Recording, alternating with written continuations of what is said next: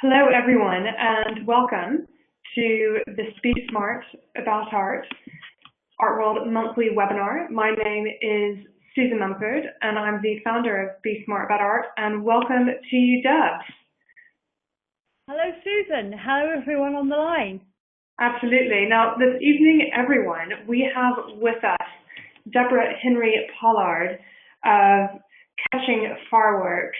This is indeed the live full-length one-hour session in which we'll be discussing defining your vision.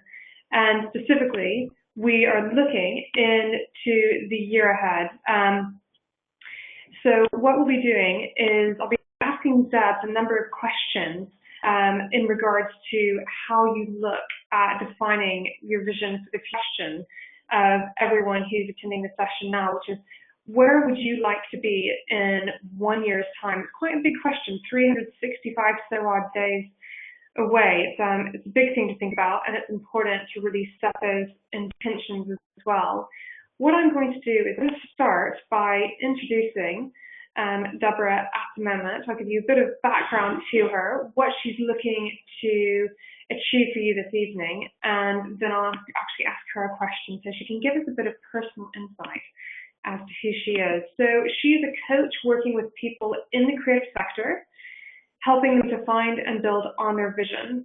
Her aim is to help light the blue touch paper, as she calls it, which sends the creative fireworks into orbit.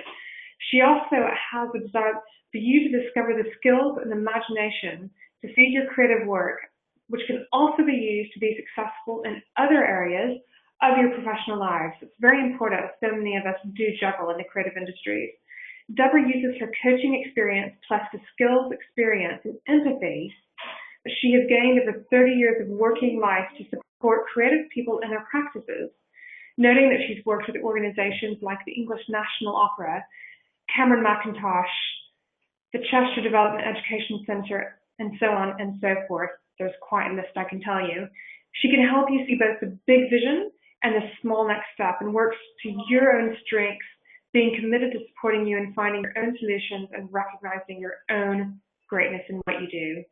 So those key areas in which she focuses are supporting you in finding and clarifying your vision for your future and identifying the next steps, coaching you into being more productive and effective. Her aim today is to help you embrace having the power to control what you do in your life. Deborah, before we get started with these questions that I've got ready for you today, would you just tell us a bit about why you do what you do, how you got into doing this great work? I got into it because, I've always loved the arts in all its forms, whether it's visual arts, literature, music. I can't live without it.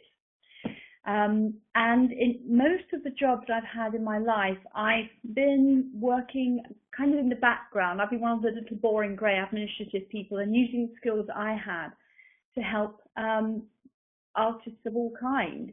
I wanted to be an artist when I was young, and then I went and did a foundation course in art and realised I wanted to be an artist, but I didn't need to be an artist. It wasn't my vocation. So I decided to use the skills that I had to work with artists now. In an ideal world, I would have a lot of money and I would be a patron of the arts. So I would support artists in that way and just say, here you are, here's 3 years money, go away and create work, refine your practice, and just create wonderful things to contribute to all of us. But I don't have that much money, so I buy art where I can and hopefully use my skills in things like this. Fabulous. Thank you so very much. And I know that just like the people who are attending the session today, you've come at this from a place of passion as well, and that's really important that you have that understanding as a kind of creative soul in and of your own right. Now, for the sake of everyone attending the live session, I'll just tell you how exactly this will work. So for the next 35 odd minutes, I've got quite a few, in fact, questions to be asking of Deborah, because this is a big subject in which everyone can have a lot of guidance. Anybody at any point in their career really needs to think about what they're doing in the future. You might be changing what you're doing. You might be making big plans ahead. So this is really applicable for anybody at any stage. And during that session, you'll see in the bottom left part of your computer screen, for those of you who are using the computer for the session, that you can actually type in the instant message box the questions that you've got to ask of Deborah. So please, throughout the session, do be firing away questions that you have for her, and she'll, time providing, answer those. But I dare say we've got plenty to cover throughout. And take note, everyone, as well, that we are recording this session live, so we'll make this available online on the BSAA website for a couple of days, after which point it will be added to the Members Gateway for the members to access for the foreseeable future. And then we will have a shorter recap version that will go live on the website as well. So I think that's all clear. We've got another 55 minutes to go, so we're doing fine on time. Deborah, I am going to go ahead and start in these items that I have for you. First and foremost, why is having a vision even important? I think it's important because, well, let me give you an illustration from my own life. This is the first time I really understood how important it was. On the 1st of January 2000, I was living in Chester in the north of England.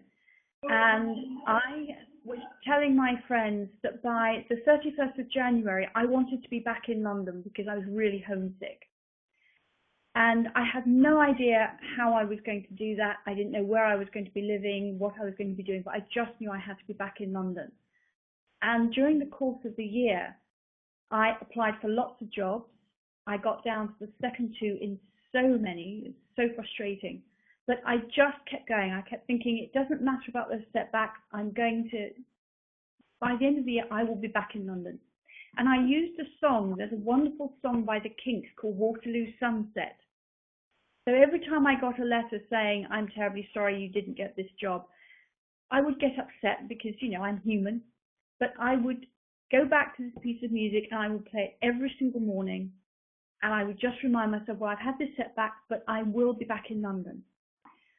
I got back to London on the 18th of December, so it was pretty tight going, and I was going to stand on Waterloo Bridge at sunset listening to this piece of music, and that's when I knew I would have completed my goal. And I did it. with what, it's just 13 days to go, is that right? Yes. So it was pretty tight, but I did it. And it taught me that if you have a goal, it gives you a real direction and a purpose, so that you're not just thinking, well, you know, one day I might want to go back to London, but, you know, well, we'll see what happens. You can actually decide to do something and aim for it. And stuff comes along and, you know, throws you a little bit off track, but you just have to keep going back and going back. And I was telling people what I was wanting to do, so I was communicating this message. And people would say, oh, well, you know, I know somebody who is involved with this organisation. I think they're looking for people. Why don't you apply to them? So I was getting all this information, and it had been about 10 years since I'd lived in London. So people were saying, oh, well, the places to live now are, don't go to that area at all. So I was kind of getting all this background information. And it was because I had this message, which was, I'm going to be back in London by the 31st of January. And I think in your career, it's very important to, whether you say for a year, whether it's 5 years, whether it's 10 years, it's important that you have something to aim for so that you're not just drifting. Absolutely, and obviously the road might diverge, the plan might change according to what you originally planned, but you do just keep, you do keep on focusing towards those goals. But now I have got a really important, this is another big picture question for you, which is, why does a person need to have a vision? Because I think it's, well, in 5 years' time, we are all going to be somewhere at some point in our careers. And I think that by having a vision, it helps you to get closer to where you want to be. It helps you to choose where you want to be, rather than just being buffeted by circumstances. So that you can actually say, so that you can say, well, you know, in 5 years' time, I want to be represented by this gallery, or I want to have sold a piece of work to this person. It gives you that thing to aim for. It means that you can start beginning to identify who you need to be talking to, where you need to be positioning yourself, who needs to see you, what sort of barriers do you need to be breaking down. That might even be something. Are there new skills to learn? And if you just think about where we are now in the year, you know, we're on the 10th of December now. If you think back to the first of the year, there's probably things that you said then that you were going to do, and they've sort of got lost along the way. But, you know, this is a whole year in which you could have been doing something. So next year, you've got this whole new year ahead of you, where you can be moving forward towards whatever your I won't say your final vision is, but your next vision is.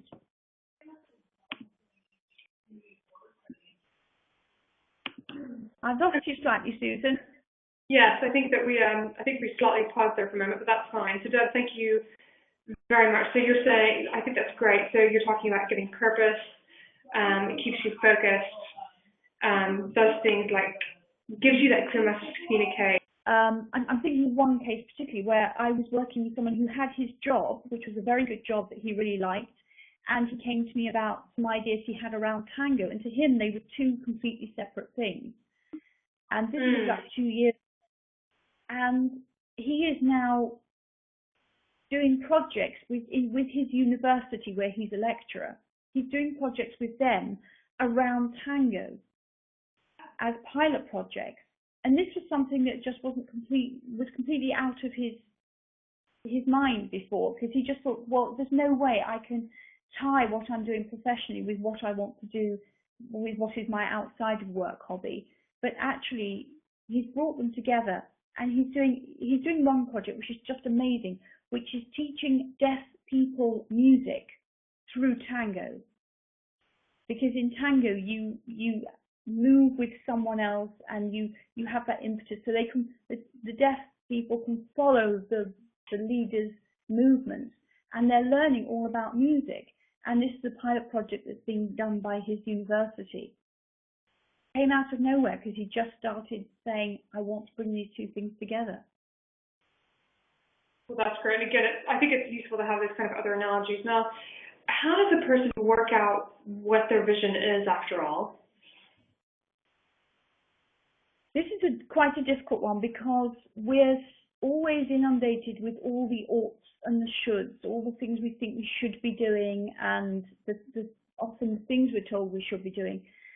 I always say the best thing to do is to go away and give yourself space to daydream, and just think about, if there were absolutely no limitations, you know, didn't have to worry about money or anything like that, what would you like to be doing? Where would you see yourself?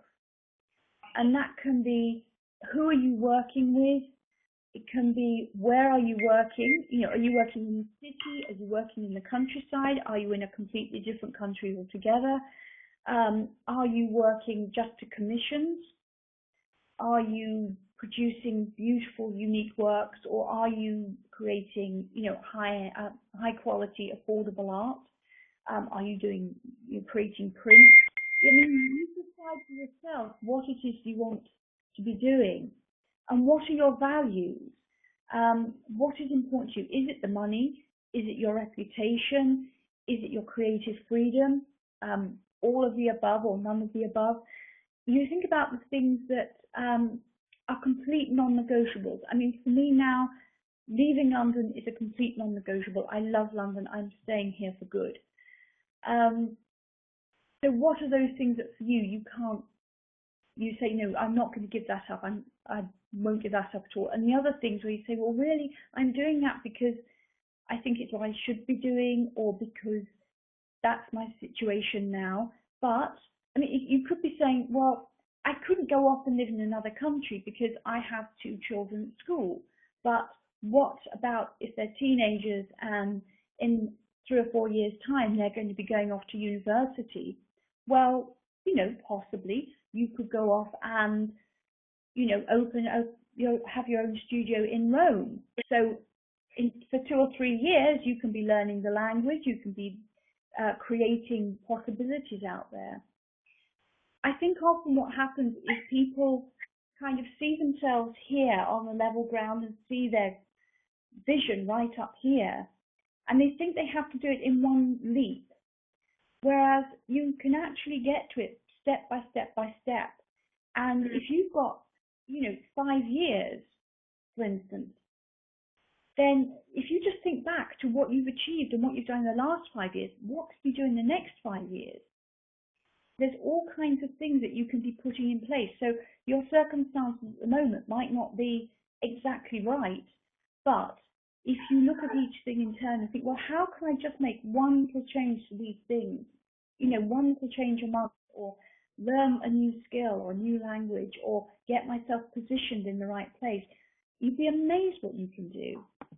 And I know, Deborah, I'm interested in what you think about this. I've heard the there are these famous sayings along the lines of you think you can achieve so much more in the short term and less in the long term than what you really do. So I think people are often very surprised by what they might achieve in 1 or 3 years' time. I mean, in terms of vision setting, is that something that you have found to be true?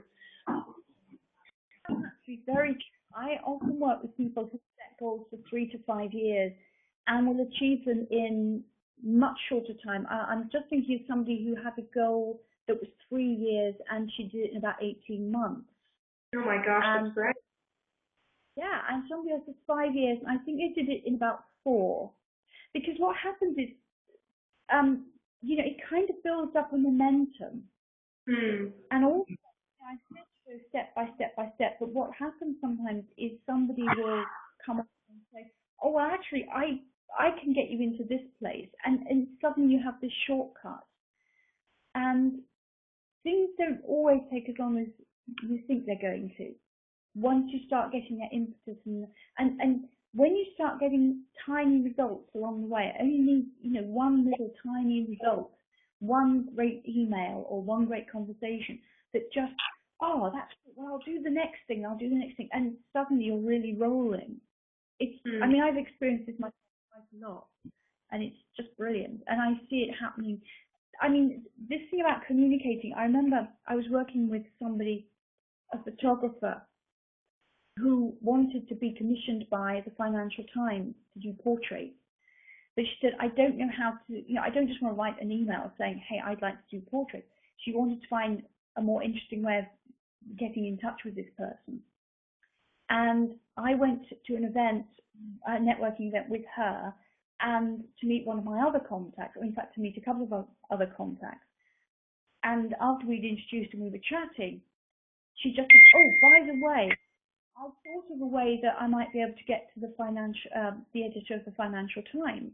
And one of my other contacts said, oh, why do you want to know him? And they explained why. And my second contact said, oh, well, that's interesting because when he goes on holiday, I house sit for him.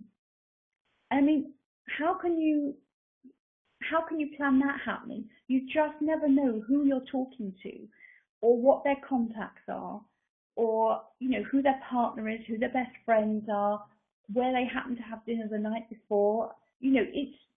Sometimes it's the most inconsequential little comment that can actually blow something open for you.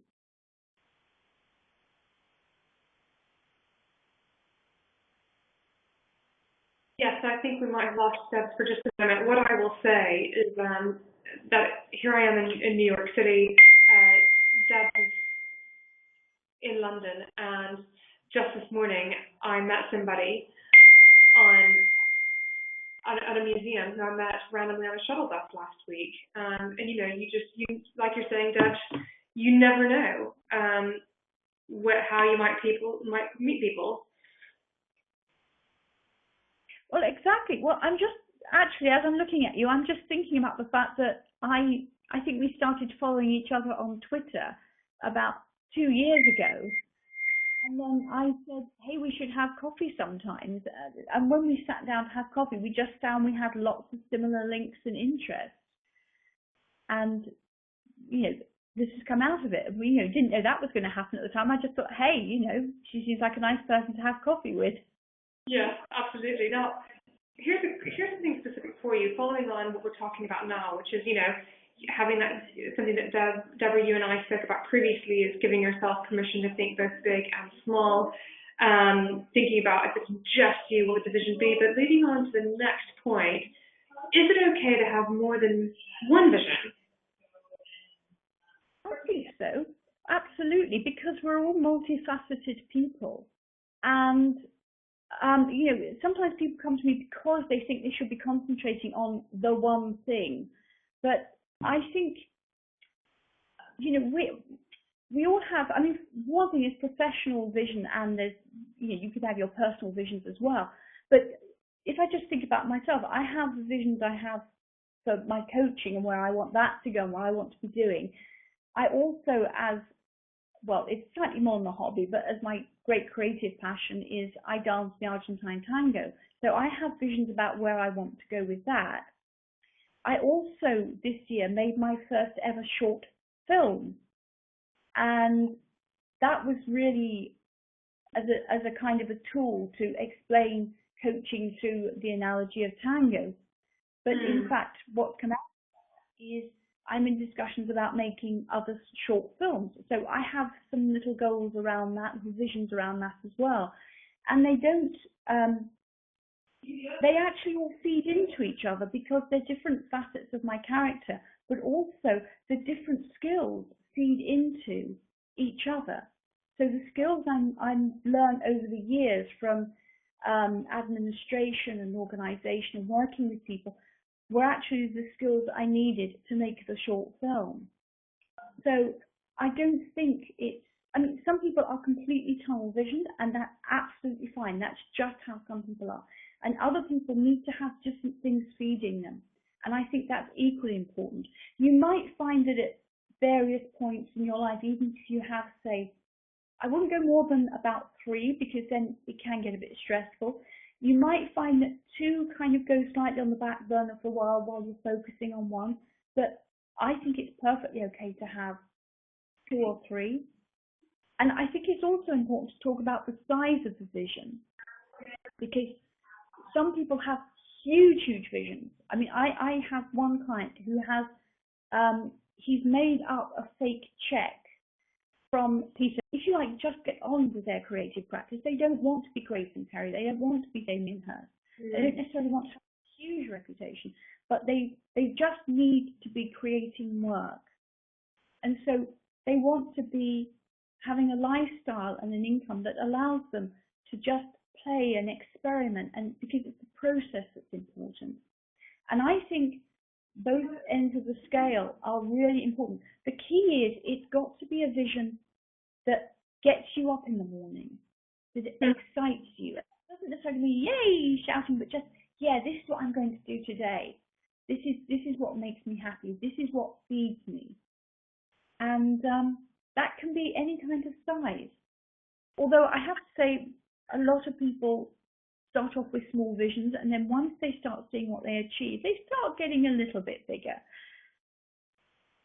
Well, I can see that, and I can actually absolutely hear it tweetable. And one thing you just said, it was fabulous, that a vision is something that gets you up in the morning. I think that's fabulous, and I wholly concur with that sentiment. In fact, that's really important. Now, what about if somebody has set a vision? And I've already slightly touched upon this. So, what I'm curious to know about here is when visions might change. And I'll give you just a quick example of perhaps a personal story of mine, which is when I was 18 years old and 22 years old, my dream for my life was to have a gallery someday. And I ended up in small town America, moving to London, having a gallery in Soho. And by my early to mid 30s, I was, in fact, leaving the gallery behind me to do other wonderful things here in the art world. And I just wonder what your take is on people changing their visions, because so many people do say, is it okay to change path? What's your take on that? I think that's absolutely right, because if you're going down a road and it's starting to feel that it's not right, and by that I mean, it's not right, so you can't quite see, but not right in your heart, you just feel it's not right. I think it can start becoming a burden. And the thing is, when you start your vision, or when you start on the path, you don't know what's going to happen along the way. And sometimes you can, I have a similar story in that I went to work, I won't say which one it was, but I went to work for a big organization. I thought, this is just wonderful. I'm never going to leave. And I was only there for 2 years, because once I got there, there were kind of things that the organization, what they produced was brilliant, but there were just things going on in the background, and it wasn't always a comfortable place to work. So sometimes what you think it's going to be like, it doesn't turn out that way. But also, because you're on the process of going down the road, so I have always think in terms of going down the road or making a journey. Once you're going down that path, you don't know what else is going to come up. And you might be, like with me with this year, with the film, I never intended making a film this year. That just kind of came out of nowhere. And that's like, oh, that's really interesting. I want to build on that now. It could be that, I was thinking about this story today, actually. There was somebody I knew about 25 years ago who was working in business and was extremely driven. And she was probably about the same age as me, so this is when we were in our mid-20s. And she was already making all the right steps to be chief executive of a big, kind of multinational by the time she was 40. And she was making all the right connections, she was getting all the right qualifications, and this was, she was just going to be sailing through this, and she's going to be really big in the city. Now, when she was about 30, she went for a 2-week break to a little island in Greece. And she came back after her 2-week holiday and handed in her resignation. And we said, what are you going to do? And she said, I'm going to marry a shepherd on a Greek island. And she went over there and she fell in love with this man. And she's still over in Greece producing, wonderful cheeses from his goats and artisan crafts and all kinds of stuff like that. But that was just, wow, where did that come from? But she completely followed her heart and just what she knew, her gut reaction. And I think it's, again, you do get some people completely driven and just go straight like an arrow to what they want. But there are others where you never know what you're going to learn. You never know what you're going to experience along the way. And I think it's getting that balance between not being thrown off course, but on the other hand, not closing yourself down to new possibilities. And you can go, yeah, I'm going to be an artist. I'm going to, I'm only going to work in oils. I'm only going to work in oils. Oh, now this is interesting. I could introduce this medium into it. You just don't know where it might take you. Be open to experiences. And then again, just to reiterate something you said earlier, Deb, that I think is so important, is just not keeping to the three. If you have 2, 3 visions, all at once, but not letting yourself get too scattered with your possibilities. Now, there's something else here that I've got to ask you, which this in fact is related to your question that we've just received. If you look at the instant message chat, we'll come back to that specifically in a moment. Is the vision something that is private, or is it something that you do tell others about? It's quite a difficult one, because I think that it's if it's the right thing for you, it's going to be quite personal, and it's almost like it's quite fragile, and so you might not necessarily want to go out and tell the whole world. You might just want to tell selected people. But I think it does help. If I give an example, I belong to a little group called Creatives Hub, and that's where there's our little group of 6 people, and we work on our creative projects. So we go along and say, well, this is how my whole tango film came out. I went and said, I've got this idea to make this film about tango, explaining coaching. And I was quite prepared for them to go, really? Are you, ridiculous?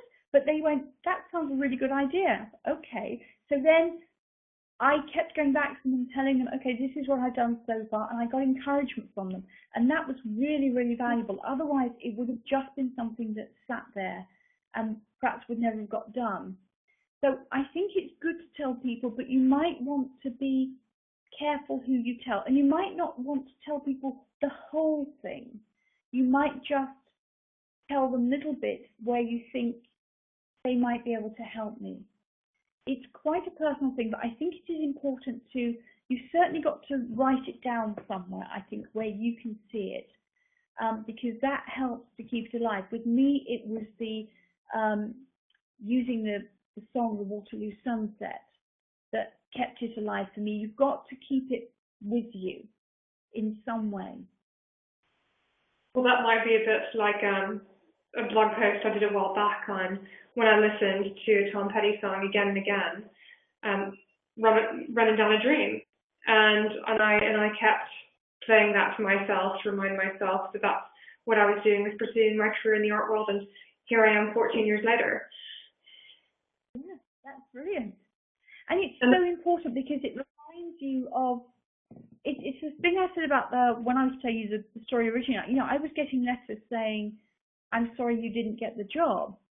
And I was really upset. But if my goal was only to get that job, then it would have just seemed like the end of the world. But as it was, okay, I didn't get that job, but that's only part of the bigger picture. So you can keep yourself going with, okay, that's that, what can I learn from it, how can I move on? So it's keeping it alive. And you can use a song, you can use a kind of a little motivational phrase. There's somebody called Victoria Beckham you might have heard of, and her motivational thing was, she always said, I want to be as famous as Persil. And you know, that was what she wanted to do. You can use things like vision boards if you're a very visual person, where you have just on a cork board or something, you can put pictures of the people you want to work with, the places you want to live, where you want to be displayed. You can have a vision book. That's quite a good one. And that's, I've got to note here that you have your very own vision. I got vision notebook or your vision board. Tell us. Yes, book. So when I decided of what I wanted to do with the coaching was not just about you know, X number of clients a year and this kind of thing. It's all about the whole ethos. It's about how I want to help people, who I want to be in working with people. And this came about when I did career coaching, and I was given, I was told to just collect things that meant something to me, that helped direct me. And I put them all in this book, and it's just a ring binder type scrapbook. And it's just a whole collection of, you know, images, words. You can scribble on it. I mean, I tend to be quite neat, but I have things like, that's a photograph of the wonderful Lee Miller, photographer, who I just think is amazing. So that's the sort of person I want to be, you know, working with people who, she had been a muse herself. She then went on to be an amazing photographer. So somebody who brought great beauty and great integrity into her work. What else have I got? I've got this little card that says a postcard from London. That's to remind me that's where I always want to be, in London. And how I use this book is, you see it has begin written in very large letters on the front. And what I do every morning, this has a little tie here. I untie the book and I open it just randomly. And, oh, in fact, there's a page that looks a bit like a vision board. And on the other side, it says exploration of the connection. So that kind of creates my context for the day. So this sits on my desk, and if I'm stuck, I just think, okay, what am I doing that's in that's working in that context?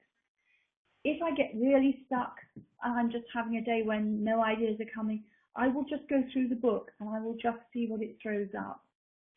And one of the things I did was I didn't fill the book up. So I left about a third of it empty. And then that means that when I have things like, I have nice cards that come in from clients, I can stick it in the back. I've got a whole little section here, plastic section here, where I put clients.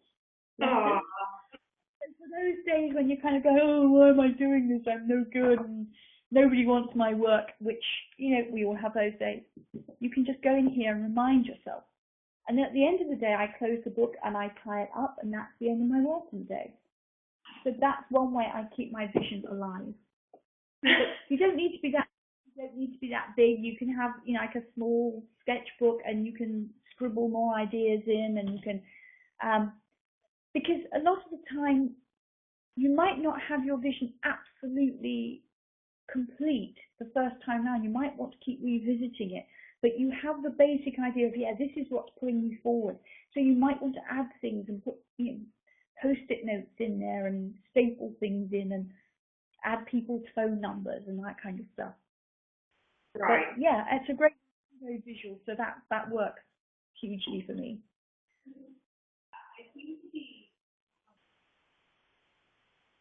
That's fabulous. Now, Deborah, I think, yeah, you just went quiet for a moment, but I think I've got you back now. So that's what you have a phrase, which is lighting a blue touch paper. It is about keeping your vision alive. Tell us what you mean by that. Well, again, because I'm very visual and I love fireworks, I describe what I do as working with people. You know, when you have all those ideas and things are going off in your mind, I help you catch the fireworks and bring them back down to earth and kind of ground them a little bit into reality. But the lighting with blue touch paper, this is the thing that gets me out of bed every morning. This is what I aim for. And it's that moment when I'm working with a client and they suddenly have an idea, or they suddenly see a way through, and you can see it happen in them, because they kind of go, and it's like, something's just gone off in their head. They've just made a connection. They've just seen something. They've just felt something. And that's what I work with all the time, is getting to people to that point. And you never entirely know what's going to cause that to happen. But I firmly believe that, I would say pretty much most people know what they would really like to do if they were almost given permission to do it. And sometimes you think, I can't do that because, you know, I don't come from the right background, or I'm not clever enough, or, you know, all these conversations that you have in your head that you would never allow anyone else to say to you.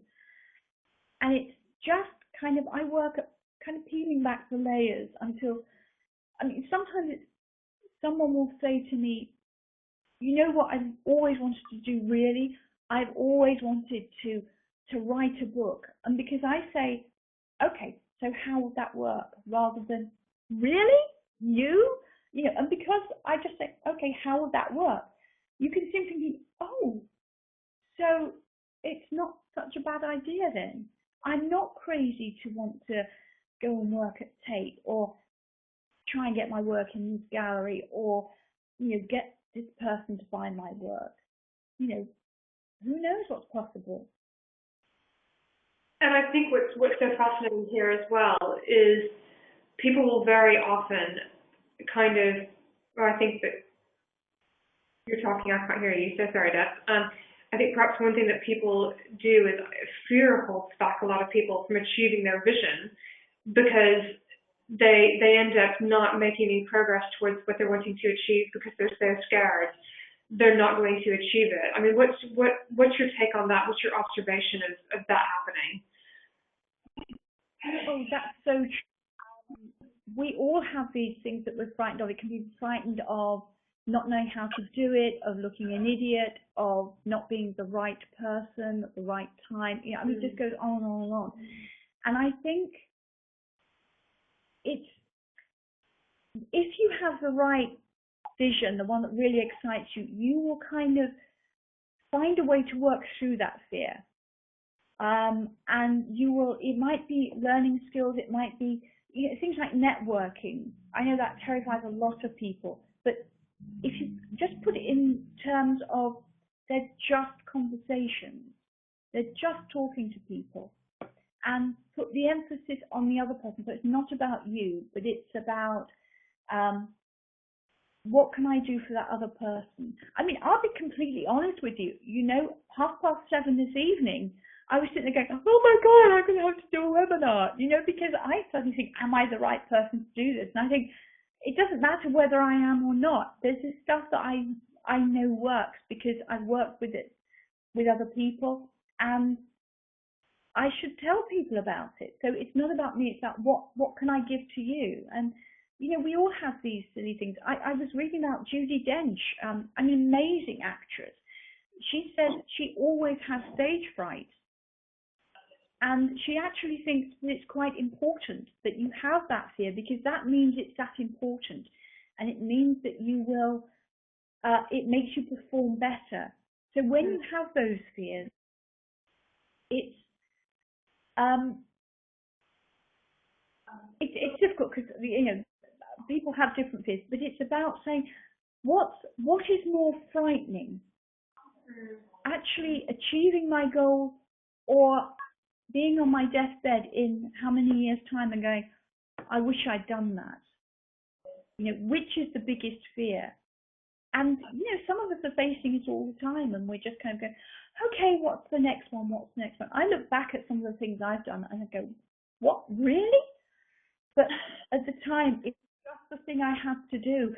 That's also a great thing about when you have the right vision. It's sort of like, it's just what you have to do, and so you will go and make that phone call, and that's it. If you need to contact somebody, there is that one person is going to make the difference. I actually don't really like phoning people. I'm much better with email because I can kind of put things out and be more explicit, I just work better in writing, I think. So you think, okay, calling them is going to be difficult. I'll send them an email and then I'll follow up with a phone call. So find a way to make it work. Don't just say, well, I can't phone them, so I won't do it. Find another way. Who do you know knows them? Get them to introduce you. Don't let the fear stop you. Just find another way of getting around that fear. And what's so fabulous too, we quite often find that when we set a vision, that we end up achieving that, sometimes actually going towards it even unconsciously. You'll get through a certain part of the year and you'll look back and you'll go, oh my gosh, I've just done the thing that I planned 10 months ago.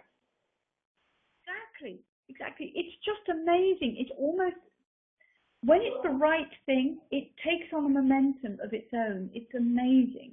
And it's just like, a rolling stone, or thinking of the time of year, it's like a snowball, it just kind of goes on and gets bigger and bigger and gets this impetus. And people want you to succeed, and so they will start helping you and going, oh, well, I know somebody who can do this.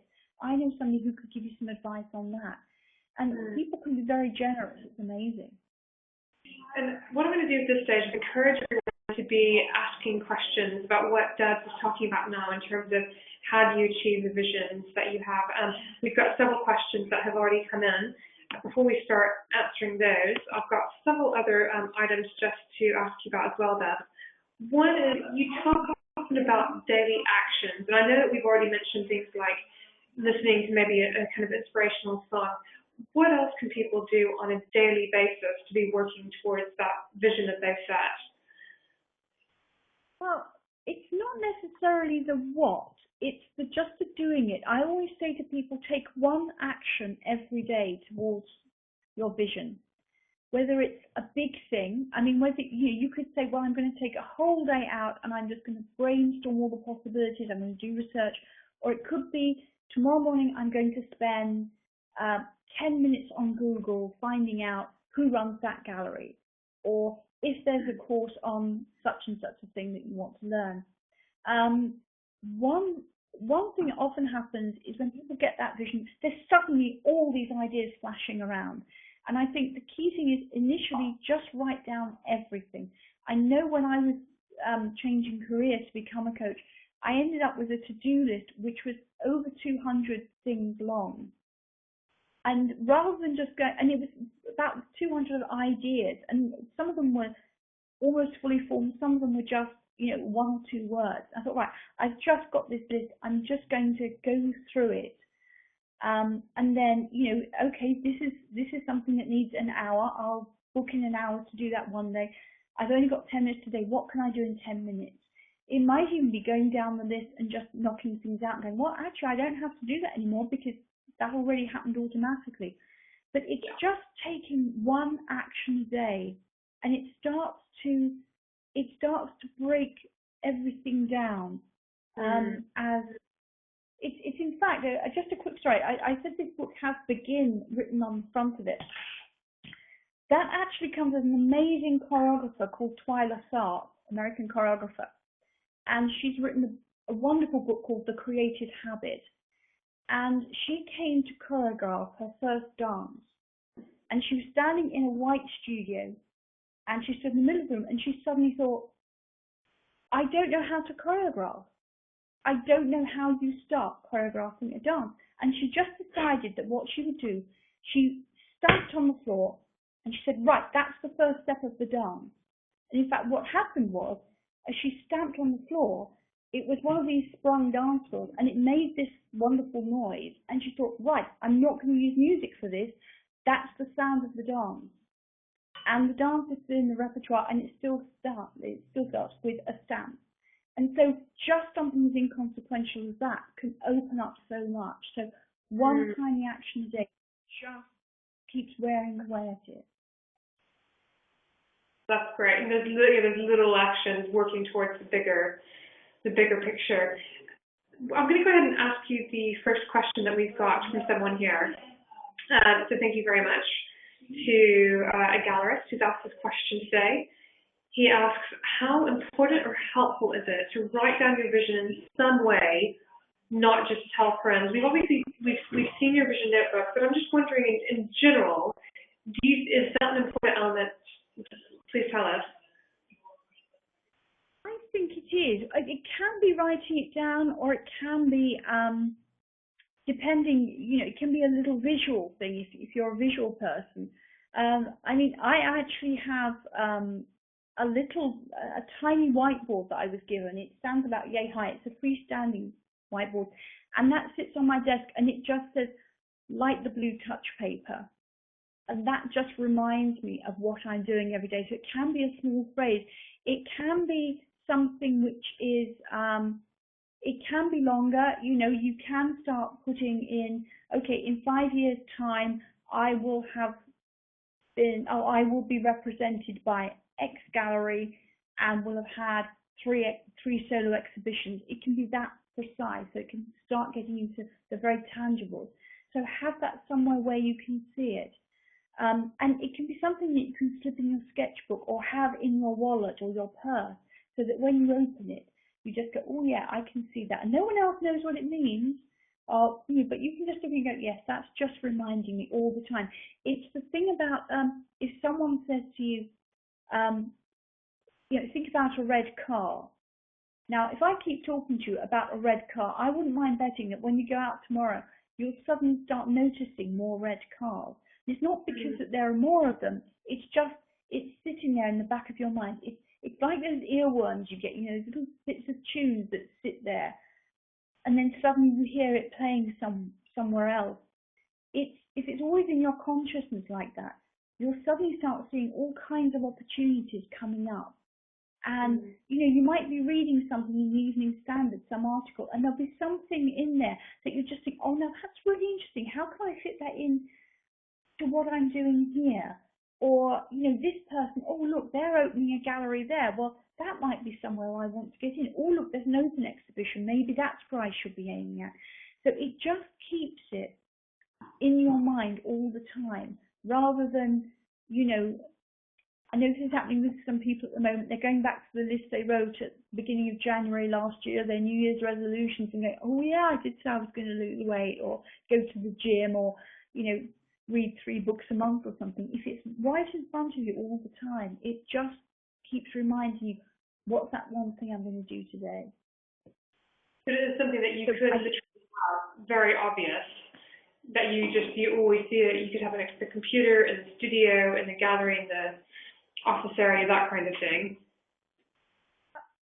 Yeah, I have somebody who on their screensaver, you know, when you can get a phrase that runs across your screen when your screen is just going to sleep. She has her phrase written on that, so that as she's sitting looking at the computer and it goes to sleep, this suddenly comes up in front of her and she goes, "Oh yeah, that's what I'm meant to be doing. I'm not meant to be daydreaming."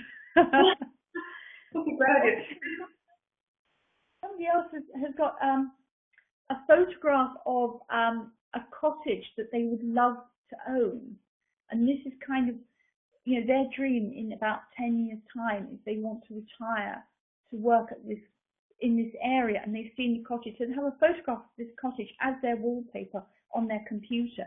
So there's all kinds of ways of doing it, but I think it really is helpful that you have something there that reminds you every day. I think that's really fascinating, and I do just want to pick up on something that you kind of been touching upon a bit, which is just really relevant. You know, you can have kind of big picture visions. You can have things be very specific, and I think it is important for people to remember. I'm interested in your take on this. That rather than say I'm going to be a successful artist or something, to actually make it clearer than that. Because what is success? What does that mean? What is the vision that is going towards that? What's your take on that particular idea? I think defining what your take on success is very important, because it's very different for people. I mean, for some people, it's their reputation. I know there's another coach who has a client who wants to have an obituary in the Guardian, you know, because what's important to them is a reputation. So they know the kind of work that they need to be doing and the kind of reputation they're going to have to build in life to get that. For other people, it's having their creative freedom. So they only want to be producing their own work, not commission work, and then, you know, selling their own work. So you have to define what that is, and then yes, make it quite tangible. Start putting kind of goals around it. So okay, if this is where I want to be in 5 years, where do I need to be along the way? So where do I need to be getting seen? Who do I need to, you know, if I want to be selling my work, if I want a piece of work at the Tate, for instance, in 5 or 10 years' time, where do I need to be seen? Where do I need to be exhibiting in the meantime? You know, by year 1, by year 2, if I want to get to the Turner Prize, if that has any value these days, I don't know, but you know. So, but yeah, if you start having tangible things, so that you can measure your success, because it's important to know how far you've come and to be gauging that. And I suppose actually just the word vision in and of itself tells us everything we need to know with that one, because it's something that you can literally visualize. It's not something that is too vague. It's not just something extremely abstract. It's, as you're saying, it's tangible. Now another question here for you, Debs, which is, again, this is coming from a gallery in the audience today, and this person is asking, if you have a business partner, such as running a gallery in collaboration with someone else, is it realistic to create a shared vision, or is that doomed to fail? And in fact, I'd like to apply that as well to, say, an artist and a gallerist working together and the vision that they might set together. What's your take on that? Well, I think a shared vision is not only possible but achievable.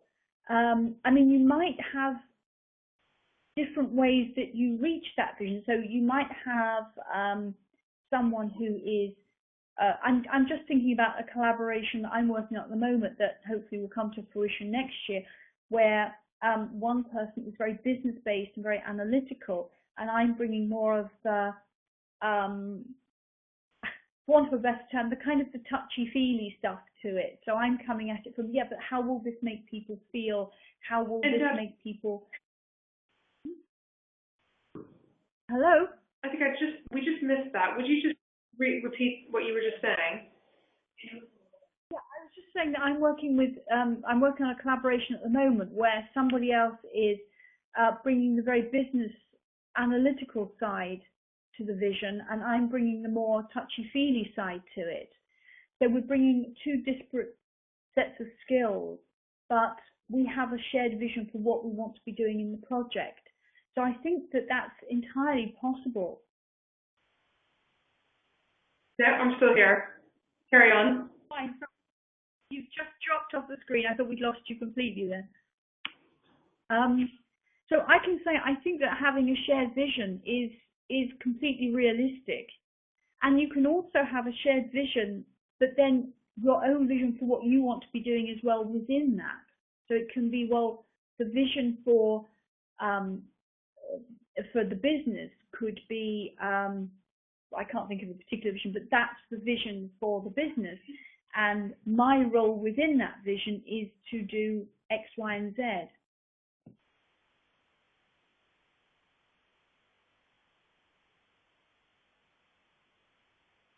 think we're losing Susan in New York. Okay, everyone. I think that we're having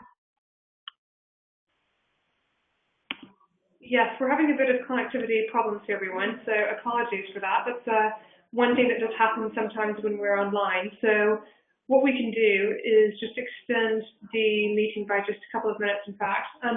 So Debs, you're talking about the fact that there's this partnership, and in that partnership, clearly, you were talking about there being a creative partner as well as a business partner, and actually having a shared vision in that instance is, I think, more important than ever. Is that correct?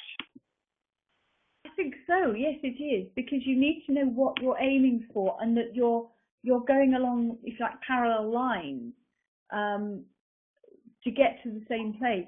But you can be working at it in different ways. So that you can be, again, I go back to the situation I'm in at the moment. The person I'm working with is incredibly business-minded, to the extent they use a lot of business jargon, and sometimes I think, whoa, hold on a second, I'm not quite sure where you're going with this. And then we just keep realigning ourselves with, well, what the vision for what we want to create is this, and that is very, very clear. And it means that we can both say, okay, well, is what you're doing true to that? And just keep checking back all the time. So the key vision, and it keeps us both on track, but bringing our different skills to it.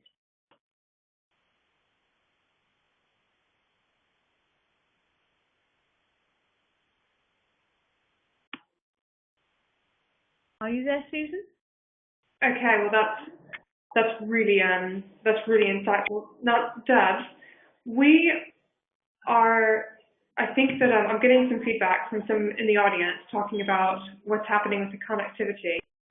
What I'd like to do is go ahead and bring the webinar to a close now, because we have actually covered pretty much everything that we wanted to cover in this session. But one thing I'd like to ask you in terms of closing off today is, what single point on creating a vision would you like to leave the audience with? I think it's being clear that you have the power to have control over what happens in your life and in your career, and you don't just have to sit back and hope for the best. You can actually go out there, and I'm not saying that everything you do will work, but if you keep on just being very true to what it is that you want, things will start lining up. And if you are persistent, you will get maybe not exactly what you want, but pretty damn near to what you want, rather than just hoping for the best and looking if. No, you can actually say, this is what I've done, this is what I've achieved, and along the way you will learn so much, experience so much, and be so much happier.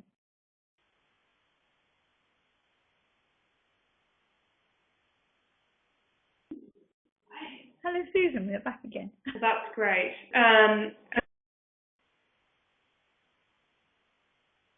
Very much for sharing those.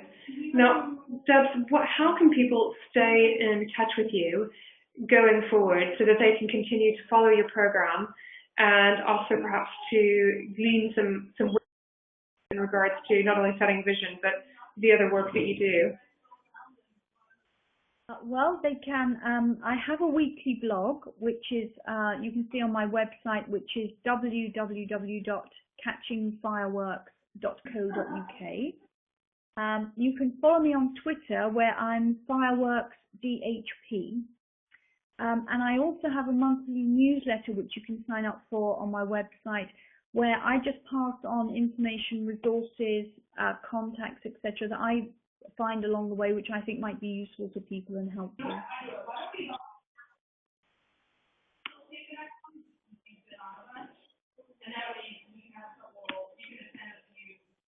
Well, fabulous. And thank you very much, everyone, for attending this webinar with Deborah Henry-Pollard. Deborah, it's been fantastic to have your insight in regards to vision setting. And owing to the connectivity challenges we've had at the very end of the session, what we'll do is we'll send everyone who has attended the session this evening and who booked the links that Deborah has just provided us. And also, we would like to invite 7 of the attendees to this session to complimentary sessions that Deborah has kindly offered. Those are 20-minute sessions that can be done in the new year. So that's by the 31st of January. So that will be arranged through Be Smart About Art. I know that Deborah is looking very much forward to working with 7 of you in regards to your vision planning ahead. She can work with you on your concrete idea. Deborah, thank you very much for being on board today. My pleasure. And thank you for all the nice comments that are coming up on the side. Thank you. And I will bring that. Okay, so thanks so much, everyone. Cheerio.